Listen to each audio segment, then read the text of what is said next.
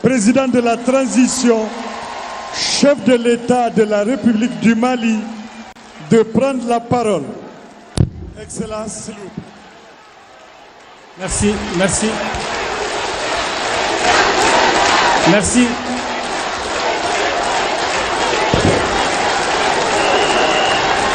Merci, merci.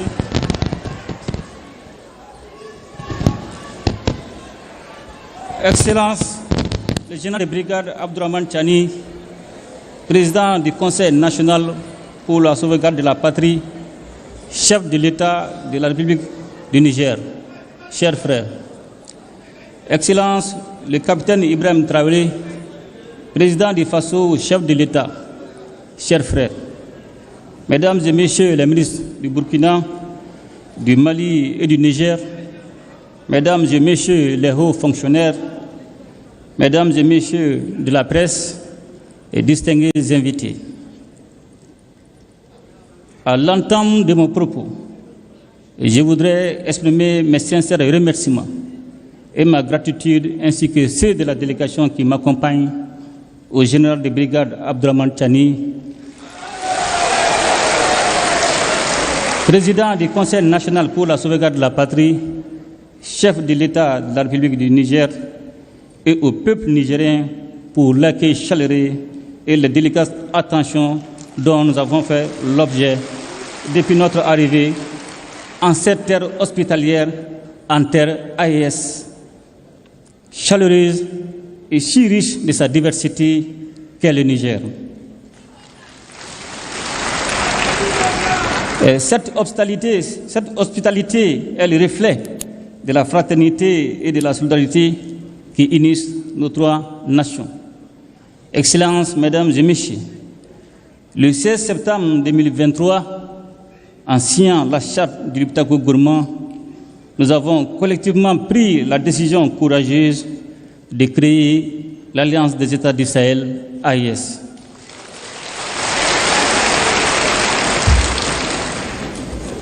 Dès les premiers jours qui ont suivi cet événement historique, les résultats ont été visibles sur le terrain. En effet, notre alliance a très tôt su traduire en action l'architecture de défense collective et d'assistance mutuelle mise en place pour lutter contre le terrorisme sous toutes ses formes et contre la criminalité en bande organisée dans notre espace commun. Je tiens à insister sur la notion d'espace commun pour saluer la clairvoyance de mes frères, les présidents Tiani et Traoré, qui avaient pris les mesures nécessaires pour autoriser les droits de poursuite sur leurs territoires respectifs afin de traquer efficacement les groupes armés terroristes sans contrainte liée aux frontières nationales.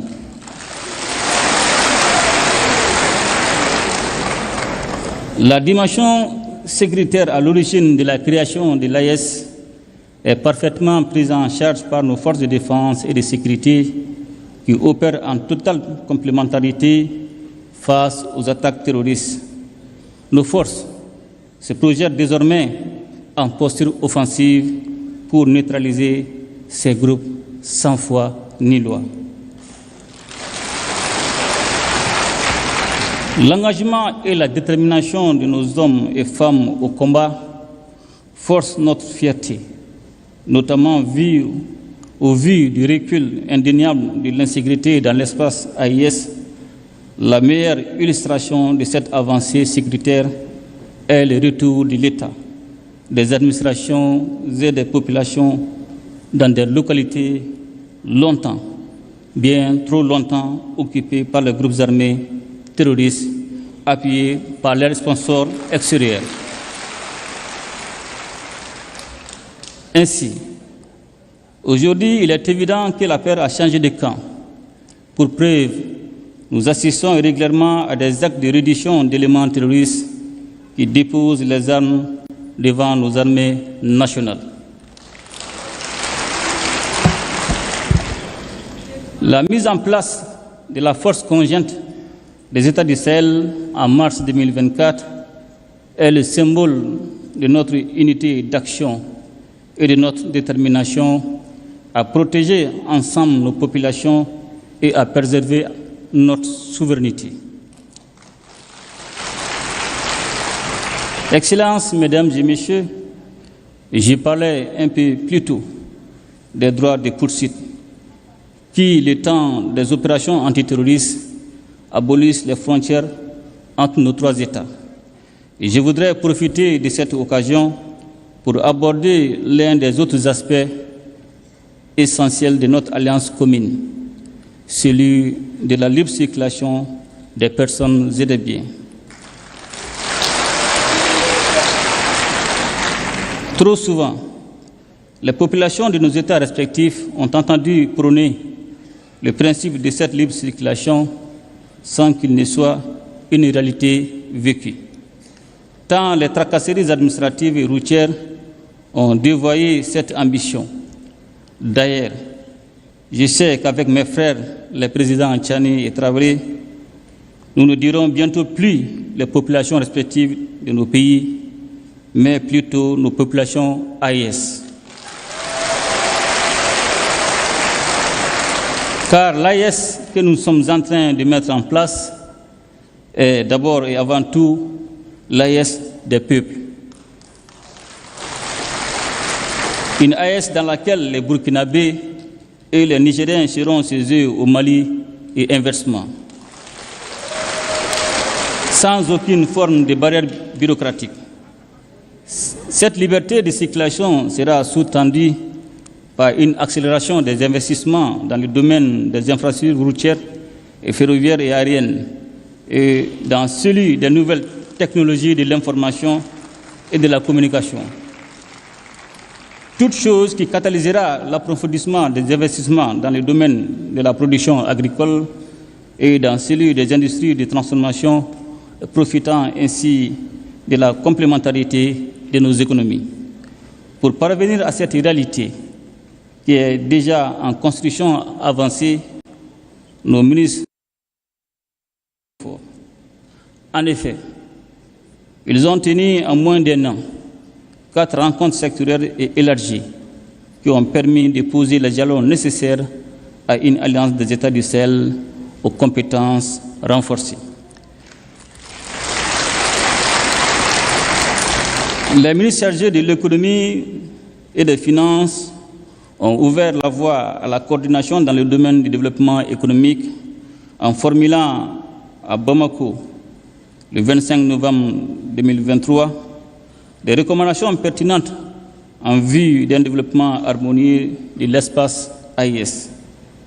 Elles ont concerné les aspects touchant le renforcement d'un cadre commun et harmonisé des politiques publiques dans les domaines économiques, financiers, minéral, éducatif, environnemental et culturel, et la réalisation des projets structurants en commun. Les ministres des Affaires étrangères, réunis une première fois à Bamako, le 30 novembre et le 1er décembre 2023, ont convenu de la coordination diplomatique et ont soumis à notre appréciation la recommandation de mettre en place une confédération réunissant les 3 États en attendant la mise en place d'une fédération regroupant le Burkina, le Mali et le Niger. De manière proactive, une réunion ministérielle élargie s'est tenue à Ouagadougou le 15 février 2024 pour élaborer les avant-projets des documents relatifs à la Confédération.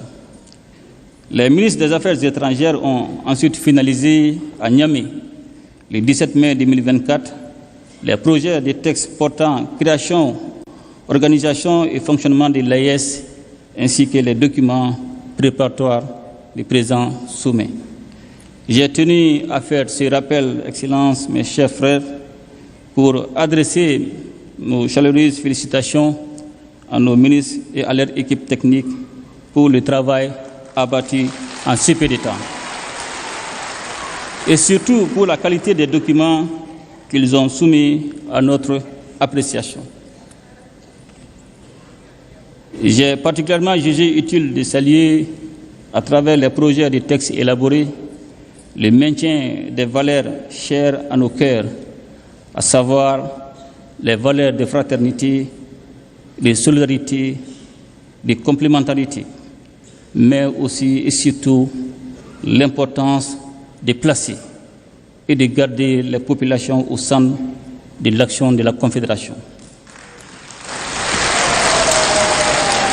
Je me réjouis par ailleurs de l'esprit constructif qui a prévalu durant les différents travaux.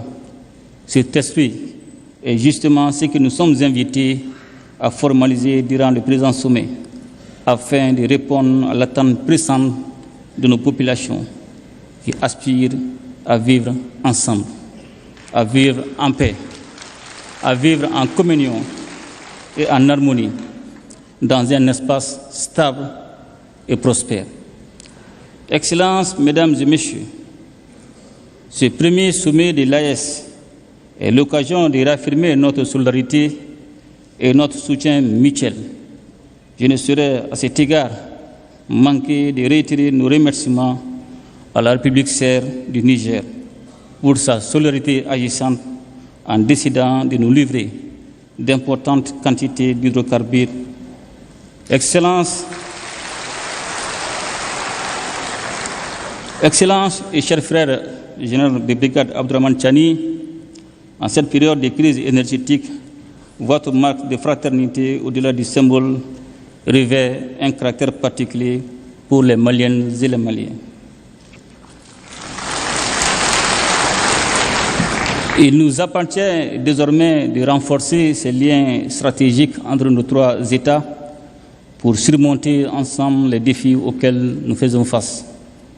Pour terminer, je voudrais réitérer notre ferme détermination à faire de l'Alliance des États du Sahel un modèle de coopération régionale, de solidarité, de développement, un modèle aussi d'intégration sous-régionale conformément aux principes de la charte du Liptako Gourma. Excellences, Mesdames et Messieurs, nous honorons aujourd'hui à Niamey notre rendez-vous avec l'histoire pour faire revivre avec notre confédération l'esprit d'unité voulu par les pères fondateurs du panafricanisme. En assumant notre part de responsabilité et de leadership dans cette œuvre exaltante et indispensable pour la région du Sahel, voire au-delà. Vive l'Alliance des États du Sahel, vive la solidarité entre nos peuples. Je vous remercie.